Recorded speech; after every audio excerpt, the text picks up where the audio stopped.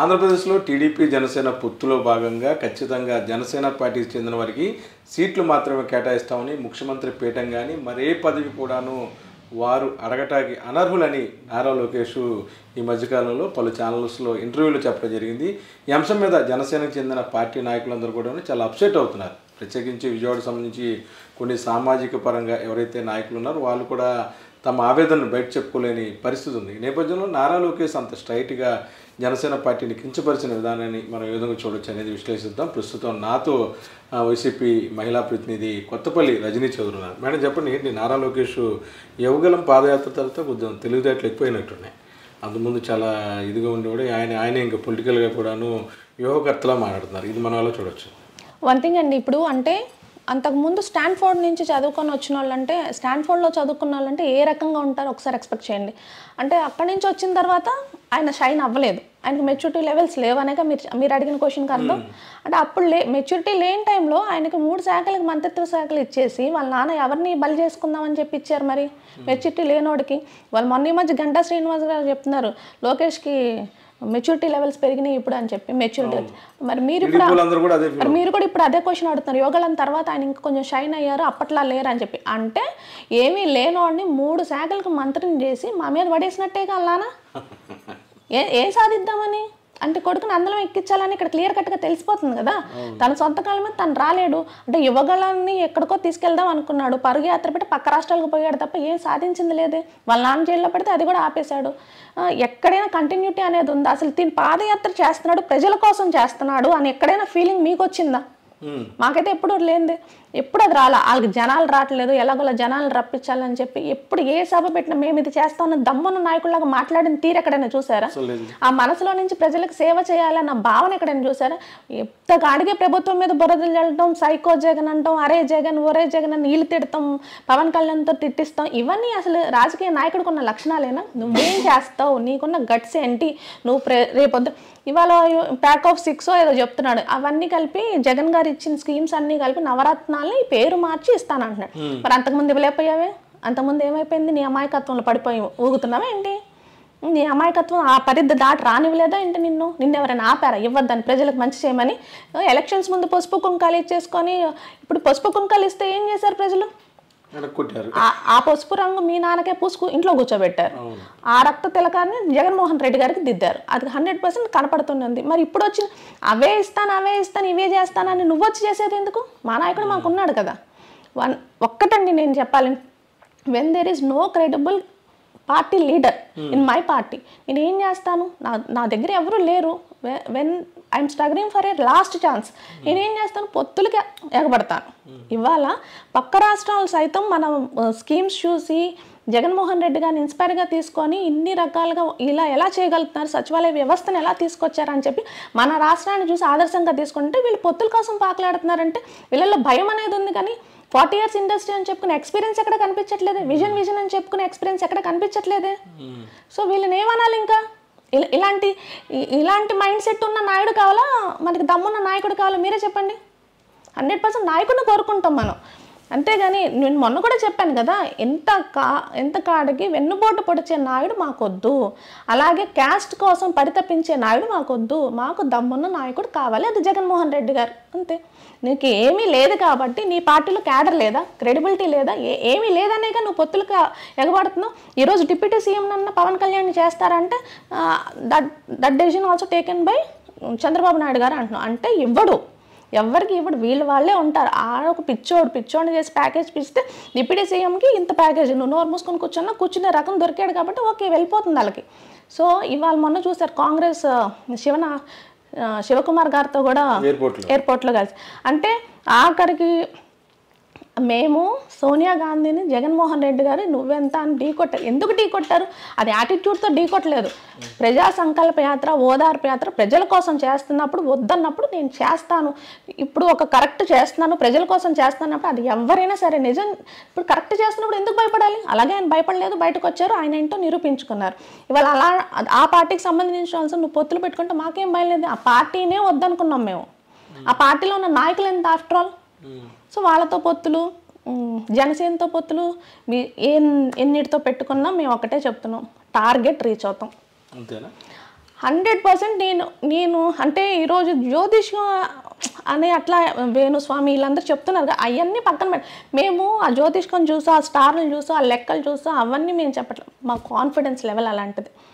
175 to 175 అనేది కొన్ని తగ్గుతాయి అనేదో ఉండొచ్చు, కానీ ఆ సీఎం సీటు మాత్రం జగన్మోహన్ రెడ్డి గారిది. అది మాత్రం ఈ మార్పులు చేర్పులు నియోజకవర్గాల చేంజింగ్స్ నిన్న కూడాను పెనంలూరులో మీటింగ్ జరిగింది. ఆయన పార్థసారథి గారు నేను సీఎంను కలవలేకపోతున్నాను, నన్ను అర్థం చేసుకోవట్లేదని ఆయన బహిరంగంగా సభలో చెప్పారు. అలాగే గుంటూరులో 11 మందిని మార్చారు. అంటే ఈ చేంజింగ్స్ ఖచ్చితంగా జగన్ గారు చేస్తున్న ఏదైతే నిర్ణయం అనేది తప్పని చాలామంది చెప్తున్నారు. ఒక్కటండి, ఇప్పుడు జగన్ గారు ఏంటంటే నేను ఇప్పుడు ఒకటి చెప్తాను. మీరు ఇది క్వశ్చన్స్ కూడా నేను నిన్న కూడా కొన్ని యూట్యూబ్ ఛానల్స్లో పెద్ద వాళ్ళని అడుగుతున్నారు, అవన్నీ కూడా చూశాను. ఇవాళ ట్రాన్స్పరెన్సీ గవర్నెన్స్ అనేది మనం చూస్తున్నాం. ఏది కూడా దళారులు లేరు, మధ్యవర్తులు లేరు, కమిటీలు లేవు, జన్మభూమి కమిటీలు అనేవి లేకుండా డైరెక్ట్గా ఏదైనా సరే DBT non DBT what ever ఏదైనా సరే డైరెక్ట్గా బెనిఫిషరీస్కి వెళ్ళిపోతే మనం చూస్తున్నాం. ఇవాళ ప్లేసులు మారుస్తున్నారు, నాయకులను కాదు ప్లేసెస్ మారుస్తారు. అంటే ఇప్పుడు నువ్వు ఇక్కడ పని వన్ థింగ్ నేను అదే చెప్తున్నా, ఆంధ్ర రాష్ట్రం ఇది. ఇవాళ ఒక టీచర్ ఉంటారండి, బీఈడీ చేసిన టీచర్, ఒక చోట జాబ్ వస్తుంది, అక్కడే చేయాలని ట్రాన్స్ఫర్ ఉండదా? పోలీస్ డిపార్ట్మెంట్లో పోలీస్ ఆయన ఉంటారు, ఆయనకి ట్రాన్స్ఫర్ ఉండదా? ట్రాన్స్ఫర్ ఉంటానంటే ఇక్కడ నువ్వు చేయలేక అక్కడ పంపిస్తున్నట్ట, ఇక్కడ నీకు పడక అక్కడ పంపిస్తున్నట్ట. నువ్వు ఎక్కడైనా చేయగలగాలి. ఇవాళ ఈ ప్రజలు ఆ ప్రజలు కాదు, ఆంధ్ర రాష్ట్ర ప్రజలందరూ మనోళ్లే. ఆంధ్ర రాష్ట్రంలో నువ్వు ఎక్కడైనా పనిచేసేటట్టు ఆ నాయకత్వ లక్షణాలు ఉండాలని చెప్తున్నారు. ఇవాళ ఏ రోజు కూడా నువ్వు ఇంట్లో కూర్చో నీ కాళ్ళ దగ్గర ప్రజలు వస్తారు అనేది మనం ఎప్పుడు చూడలేదు. 2019 తర్వాత నుంచి కూడా మనం డిఫరెంట్ టైప్ ఆఫ్ గవర్నమెంట్ చూసాం.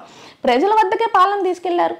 రేషన్ కావాలన్నా ప్రజల వద్దకే, పెన్షన్ కావాలన్నా ప్రజల వద్దకే, పథకాలు కావాలన్నా ప్రజల వద్దకే వెళ్ళి ఇస్తున్నారు. ఇవాళ అలాంటి గవర్నమెంట్ని మనం ఎప్పుడైనా చూసామా? అంతకుముందు చూసామా?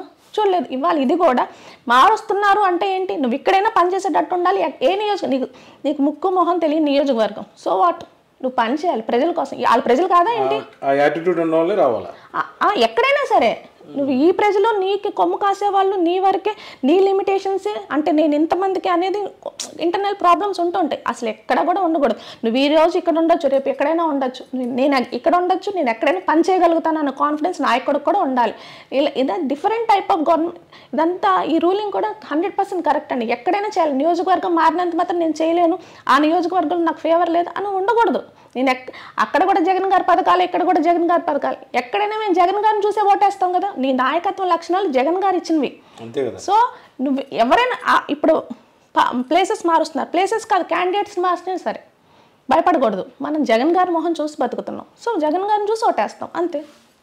అది అంటే జనవరి 5 నుంచి చంద్రబాబు పవన్ కళ్యాణ్ కలిసి అన్ని పార్లమెంట్లు అంటే షెడ్యూల్ ఒకటి తయారైంది. 24-25 సెంటర్లు ఉన్నాయి మెయిన్.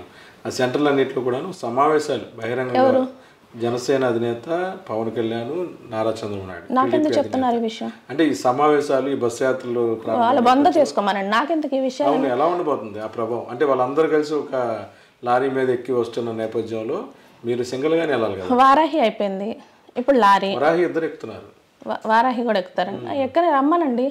వారాహిలో పెట్రోల్ కొట్టించుకుంటానికి కూడా ఆలోచించే రకం పవన్ కళ్యాణ్. సినిమా వచ్చిందంటే వారాహిని మధ్యలో వదిలేసి వెళ్ళిపోతాడు. అలాంటి ప్రజలను వదలడా? ఇంకో భార్య వస్తుందంటే ఉన్న భార్యను వదిలేసి వెళ్ళిపోయే రకం అతను. ఏదైనా సరే ఇంకొక అమ్మాయి తనకు నచ్చిన అమ్మాయి ఇంకో అమ్మాయి చేసుకుంటాను రెడీగా ఉందంటే ఇప్పుడు చేసుకున్నామని వదిలేసే రకాన్ని అసలు ఎవరు నమ్ముతారు? అసలు పవన్ కళ్యాణ్ గురించి మాట్లాడితేనే నాకు జలదర వస్తూ ఉంటుంది ఒళ్ళంతా. ఎందుకంటే క్యారెక్టర్ లేని మనిషి గురించి అసలు మాట్లాడకూడదు. అసలు 10 ఏళ్ళు పార్టీ కోసం పనిచేశారు, ప్యాకేజ్ కోసం అనుకున్నానే. ఏంటి 10 సంవత్సరాల నుంచి పార్టీ నడుపుతున్నాడు ఆయన. ఏ విధంగా ప్యాకేజీలు తీసుకోనా? ఏదో ఒకటి కష్టపడుతున్నాడు కదా. దాన్ని కూడా కష్టం అంటారా? ఇప్పుడు ఇంకొకరు ప్యాకేజ్ ఇస్తానంటే వాళ్ళ వైపు పరిగెడతాడు చంద్రబాబును వదిలేసి. అతను ఒక పొలిటికల్ లీడరా, ప్యాకేజ్ లీడరా? ఇన్నిసార్లు ప్యాకేజ్ అంటున్నామంటే అసలు నిప్పులేంది పొగరాదు కదా. 100% అక్కడ ఉందని అందరికీ తెలుసు. దేనికి పనికిరానండి. ఒకటి చెప్పండి, వైసీపీలో ఎక్కడ అభ్యర్థులు ఉన్నారు ఏంటి అనేది ఒక క్లారిటీ అయితే పార్టీకి ఉంది. టీడీపీ జనసేన అసలు ఎవరితో కలుస్తారు? టీడీపీ జనసేనతో పాటు బీజేపీ ఉంటుందా, వామపక్షాలు ఇండియా కూటమి ఉంటుందా అనేది ఇంకా క్లారిటీ లేదు. ఇంకా వాళ్ళు కొట్టుకునే పరిస్థితిలోనే ఉన్నారు. మీరేం పని చేసుకుంటూ వెళ్తున్నారు. వాళ్ళు డిసైడ్ అయ్యే లోపల ఎలక్షన్స్ కూడా అయిపోతాయేమో చెప్పలేం కదా. మరి పవన్ కళ్యాణ్ అభిమానులు ఫీల్ అవుతారు కదా. ఆయనకి ఎన్ని సీట్లు ఇస్తున్నారు? పవన్ కళ్యాణ్కి అభిమానులు ఉన్నారా? ఎప్పుడైతే తను ఓన్గా నుంచోని ఫైట్ చేద్దాం అన్నాడో అప్పుడు ఉండుంటారు. ఇట్లా పొత్తుల్లోకి అయితే వాళ్ళు ఎందుకు వస్తారు? అదే అదే ఇప్పుడు మీరు అన్నట్టు పవన్ కళ్యాణ్ ఫ్యాన్స్ చాలా మంది మీరు వెళ్ళి మైకులు పెడుతుంటే చెప్తున్నారు కదా, తను మా నాయకుడు నుంచుంటే మేము ఓటేద్దాం అనుకున్నాం, ఇట్లా కలిస్తే మేము ఎందుకు వేస్తాం, మేము కూడా జై జగనే అని అన్నారా? మరి అంతే కదా.